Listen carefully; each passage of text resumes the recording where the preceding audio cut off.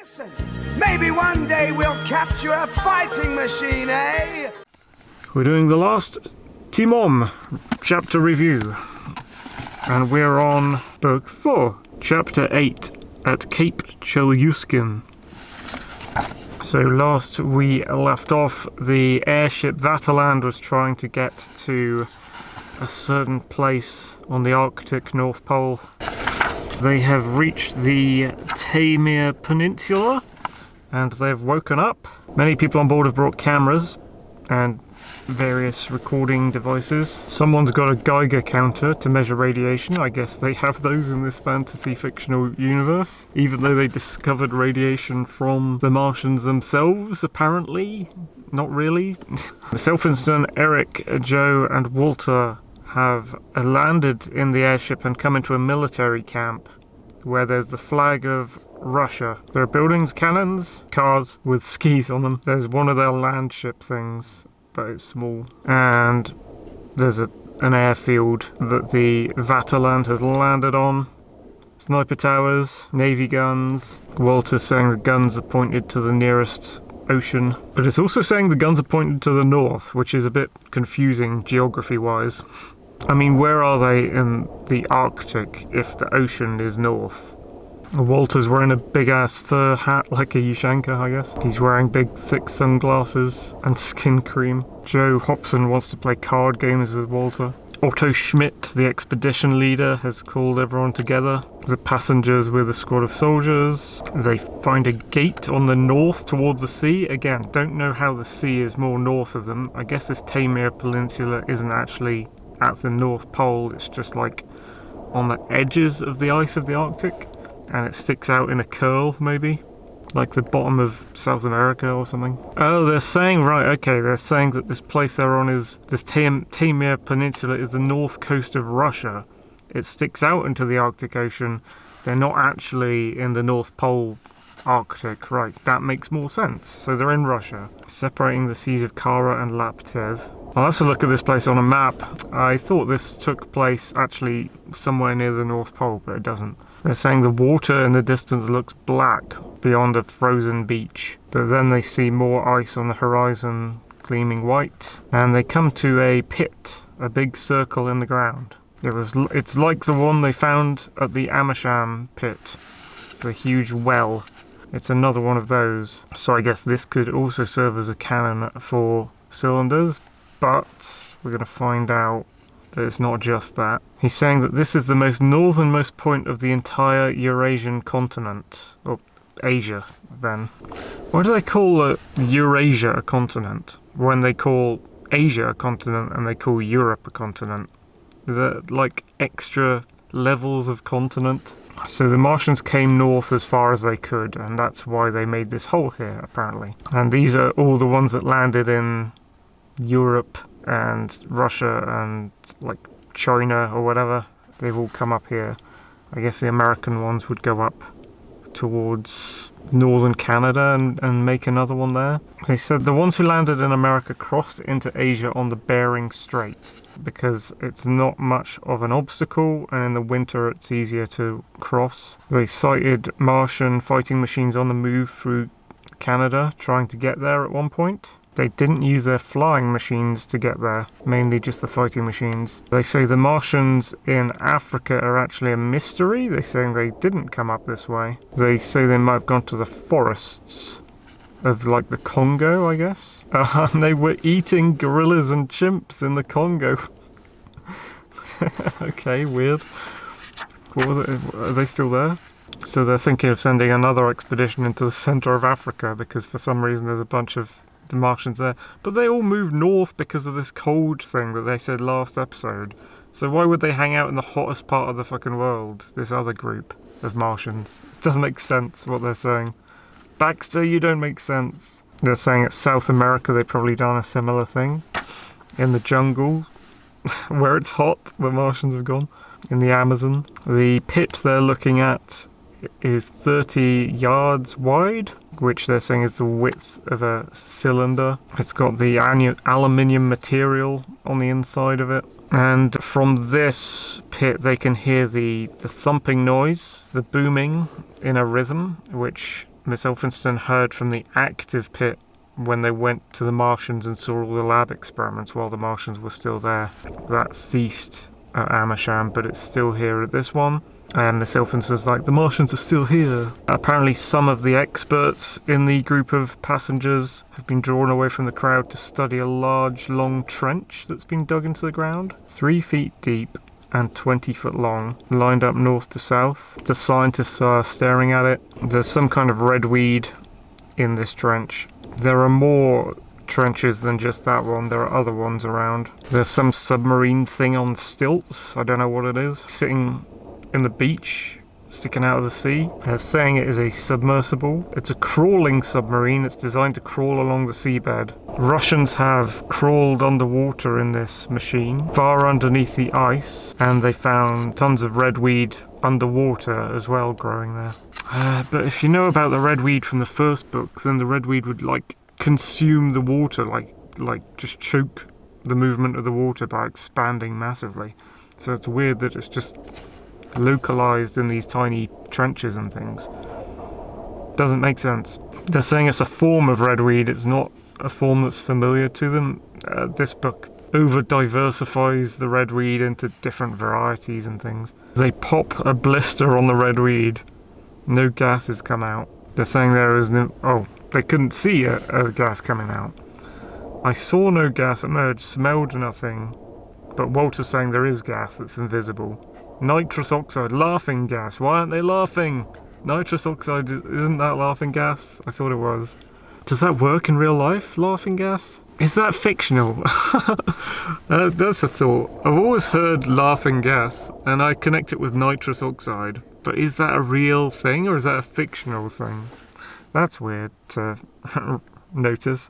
They're saying the purpose of the gas is obvious. Miss Elphinston's saying she remembers Frank has observed depletion of air over the fields of red weed. Walter's like, this is going to remove the world's air. They're planning on terraforming using the red weed. They want to, they're not explaining how exactly. They want to remove the oxygen and replace it with a Martian atmosphere, I guess. Trying to suffocate humans. Now we're at chapter 9, An Unreliable Prophet. Miss Elphinstone is back aboard the airship. Walter is talking to her. Eric and Joe are there. They're having sandwiches, beer and fruit at a restaurant inside the blimp. Walter suggests that there's a problem for the Martians. The Earth is too alien for them to live on without terraforming it. The gravity is too heavy. They can't do anything about that, but they can change the atmosphere of Earth to suit them more. They prefer a thin atmosphere.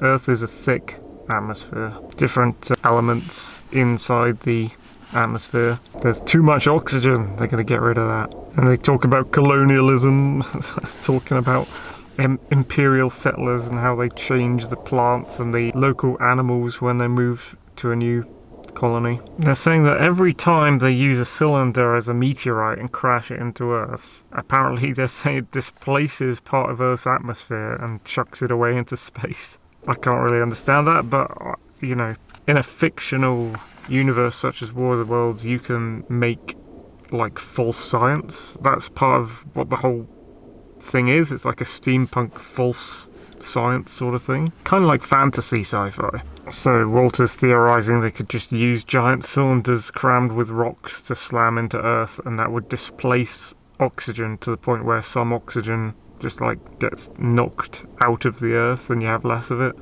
But they'd need tons of these things, I don't know. Yeah, he acknowledges that you couldn't get that much air removed from Earth by doing that at all. So he says they're using the red weed. So they've genetically modified some of the red weed by altering its genes. So they're talking about fixing nitrogen. They're talking about plants that kind of draw oxygen into their makeup and then like attach it to other parts of the organism, so it's not actually out in the atmosphere, it's like trapped in the plant. They're saying it's a slow process with the plants. They're saying there's something else called the Haber process, which fixes nitrogen for use in fertilizer. They're saying a factory using this Haber process can remove a lot of nitrogen from the air in one go, more than nature can. Walter's saying the red weed encourages elements of the air to do chemical reactions. So yeah, Walter's saying this is like a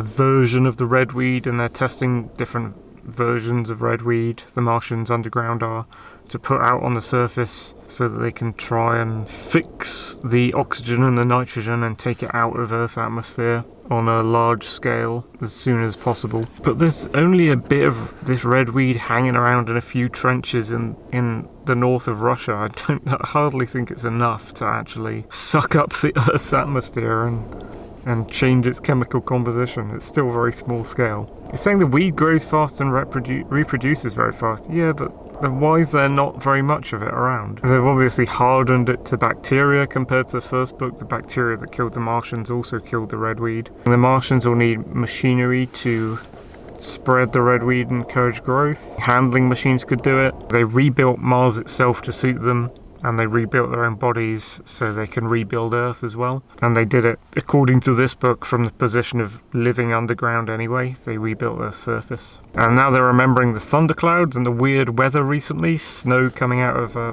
clear sky.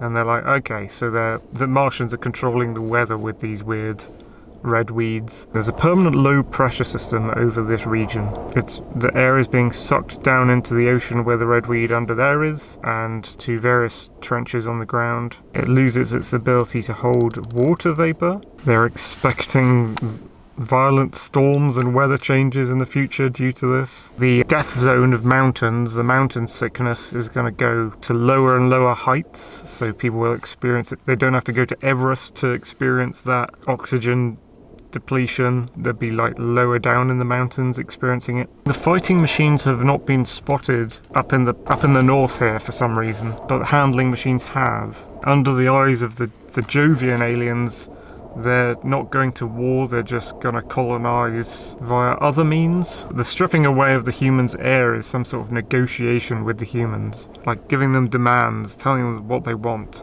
And it's like initiation of trade. They must respond by telling the Martians what they'll give them. A reserve, perhaps. They're going to create like a country of the Martians, I suppose, is what they're planning.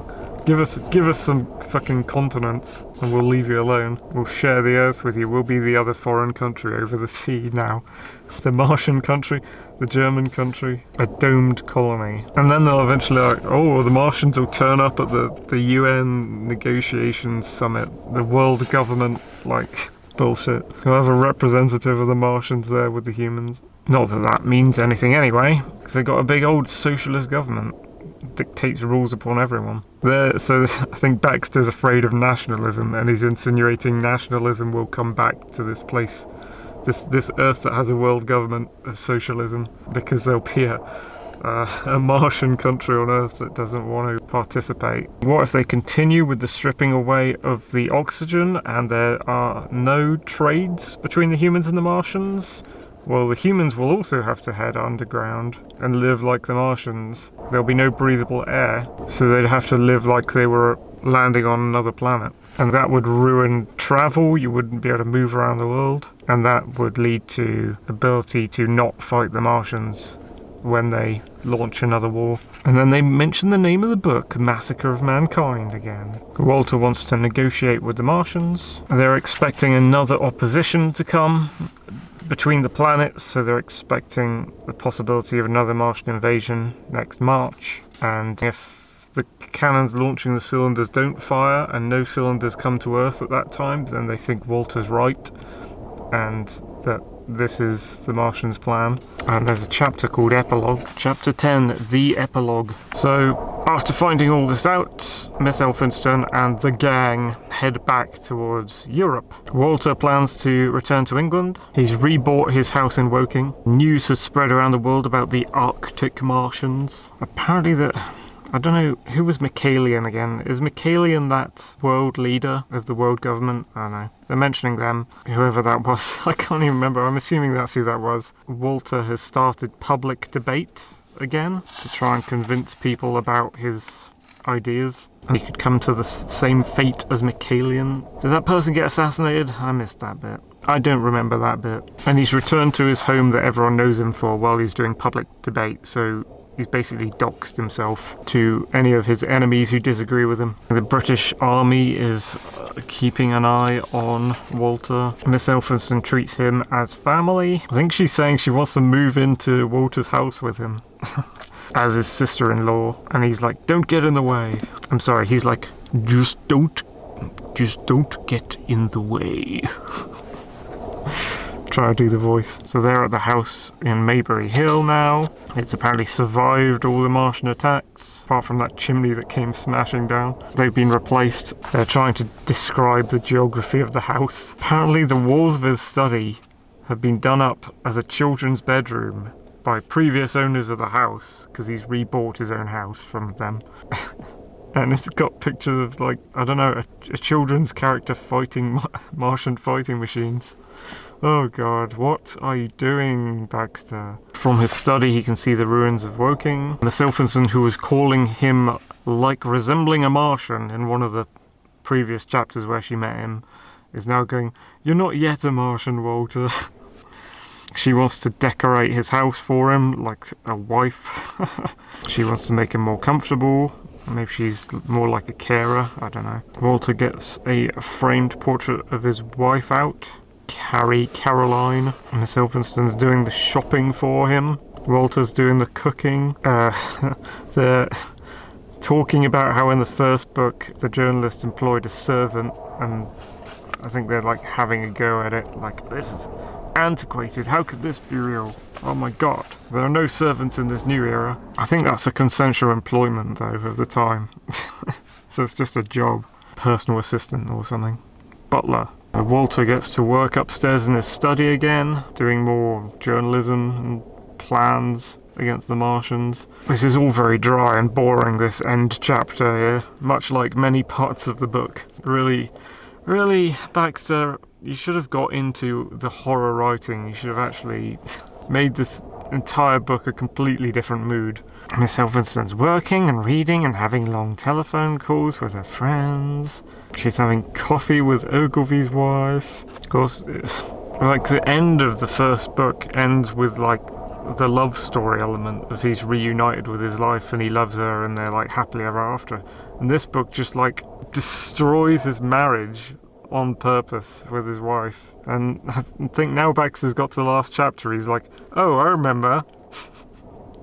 The end part of the first book, they were in love, and the whole thing was like him getting together with his wife again. But they're not fucking together now, and I've ruined it all. What can I do? And he's like making Miss Elphinstone phone up Carrie and say, you know, do you want to come over?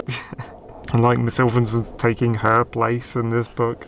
And they're all waiting for the 25th of March, I believe, together in this house. And then it comes, and they're thinking this is when if the Martians were going to launch more cylinders, they would launch them. And if they didn't, then Walter's right about his, like, the Martians are using the redweed in the air to conduct silent warfare against the humans. They're waiting for midnight that night. Apparently Walter's contacts have worsened, so he's a bit more cut off from the world than he was before. She's bringing Walter bacon and eggs and coffee in his study, like being the wife that Carrie should be. Miss Elphinstone's reading, she's writing, she's paying bills. This is such a boring chapter. Like, what is this fucking chapter right at the end of the book? She goes for a little walk down to the station for evening papers, so she's doing what the journalist used to do, just as part of his work sort of thing in the first book. Buys all the newspapers to bring back home. She's looking for the news about the cylinders, but she has to wait for midnight for that, so I don't know why she's looking so early. It's a sunny spring day with daffodils. There is no sign of weather manipulation in Woking. Baxter's using the line, it all seems so safe and tranquil. Just stealing stuff. Is Baxter trying on purpose to write really boring stuff because it's like a waiting game chapter? It's like they're all waiting. They're doing boring stuff because all they have to do is wait for midnight. So let's just go into all the fucking waiting parts. Like, why do we need that? This isn't working. He doesn't know how to write horror. It's a full moon. Miss Elphinstone goes up to the study and sits in it with Walter as they wait. Walter has a telephone near him. He wants to wait for some news from someone. Apparently the Jovian Great Sigil, the big circle on the moon, has vanished. She wonders if it left a mark that can be found when they land on the moon, or if it was something else. They're expecting an armada of cylinders to be launched, possibly, but, you know, Walter's probably thinking it's not going to happen. They're thinking if it follows the pattern of increased cylinders each launch, and if it was 100 and then 1,000, then this time it'd be like 10,000. They're saying that Winston Churchill's making a war speech. He wants to attack the Martians before they come. Like, Churchill's like, I could use the Amersham pit that they used to launch a cylinder in space to get some of the Martians off. Like, we could make a human version of a cylinder and launch humans up into space to attack the Martians. To which Walter's response is, he's a murderous idiot. They're trying to build something called the Bacillus bomb, which I assume is like a bacteria bomb. And Churchill might launch a cylinder full of plague to the Martians to infect Mars. They reckon that there's a junction in the canals where all the Martian canals meet, where they could bomb that and it would infect the water supply. Walter's comparing that to, in a fucking socialist way, via Baxter, comparing that to how European plagues in the colonization of history killed a lot of people when they were introduced to foreign worlds. They're discussing ethics of whether it would be right for them to do that to the Martians. So they're like trying to find ways to paint the Martians as nice guys in several areas here. They're again saying the Martians communicate with telepathy. Hard disagree, they communicate with hoots. You kind of demean the whole War of the Worlds musical if you make it all telepathy, because there's a lot of sound and stuff that the Martians are emitting to each other in that alone. They're discussing how Martians don't seem to have any books, or at least that they can't find any, because they think they don't need books because of the telepathy thing. No writing or anything, except the sigils. They are no books, or rather, the Martians are their own books. It's like, what the fuck? That's what books are, dude.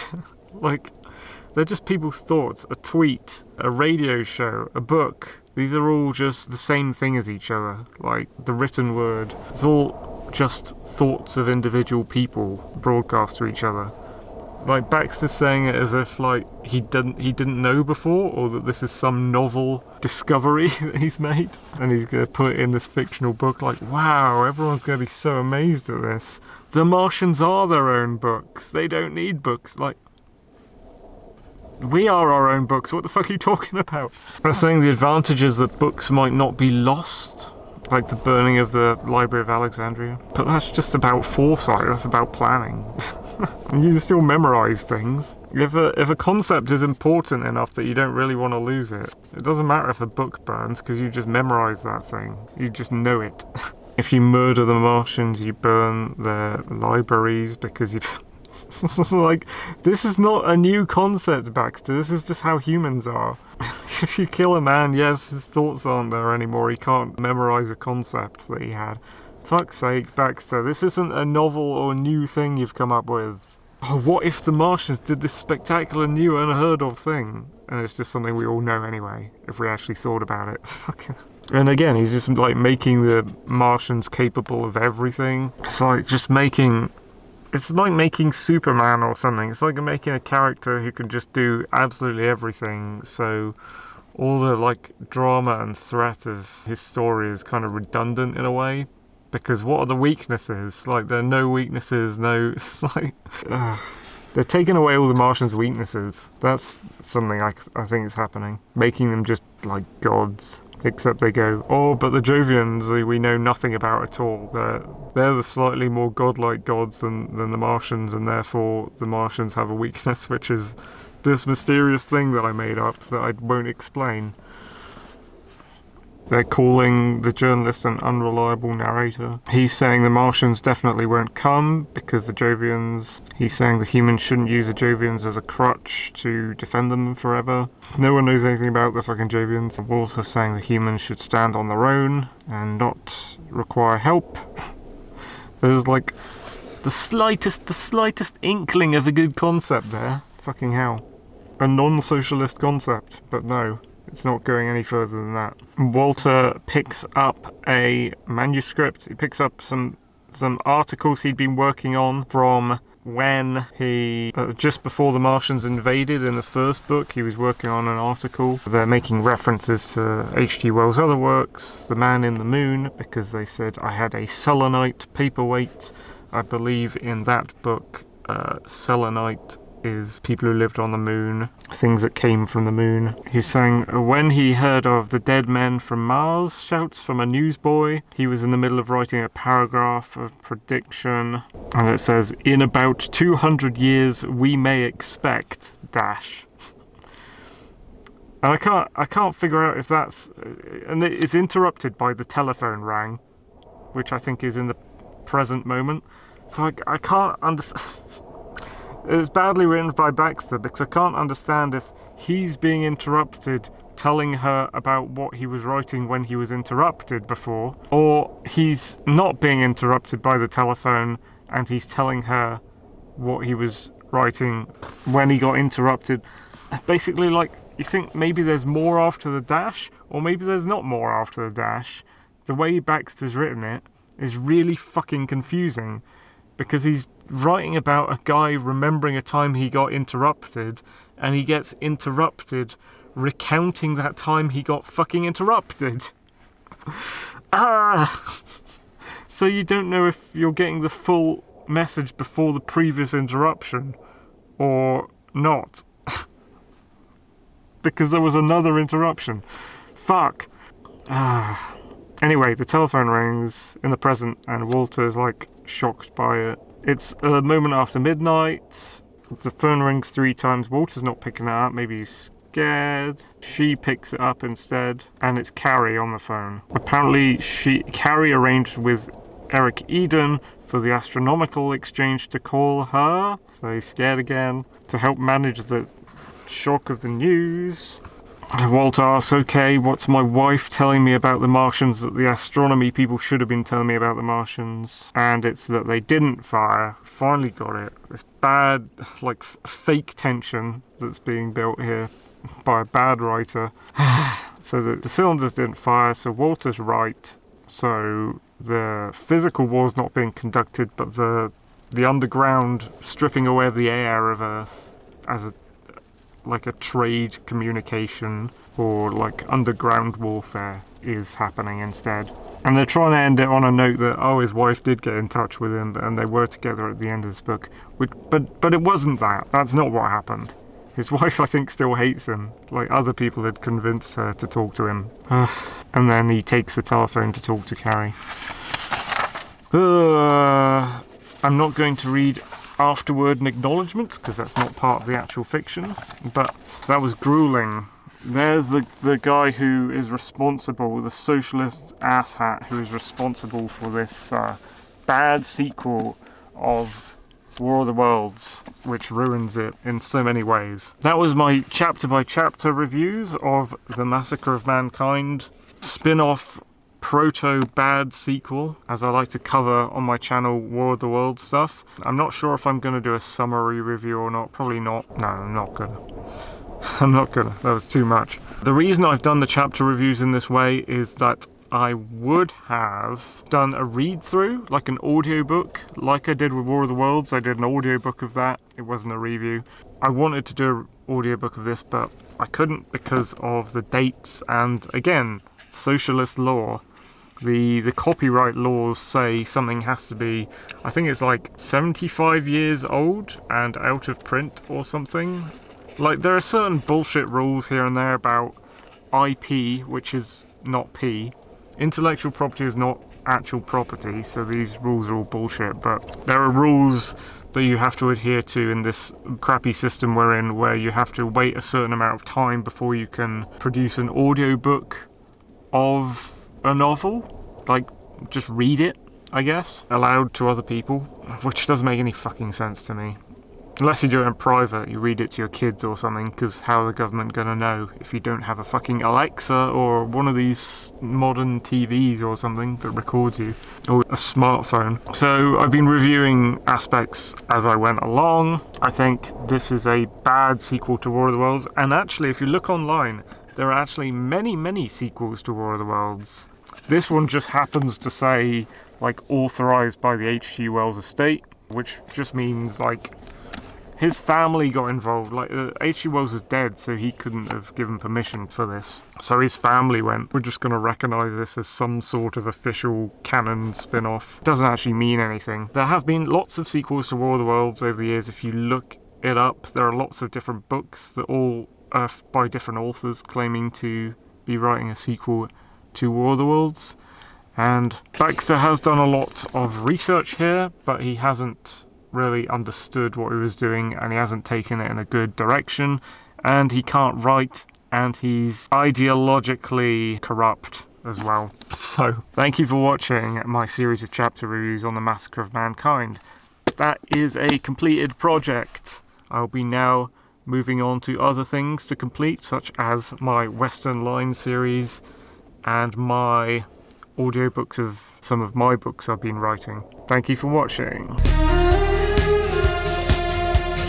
The torment was ended.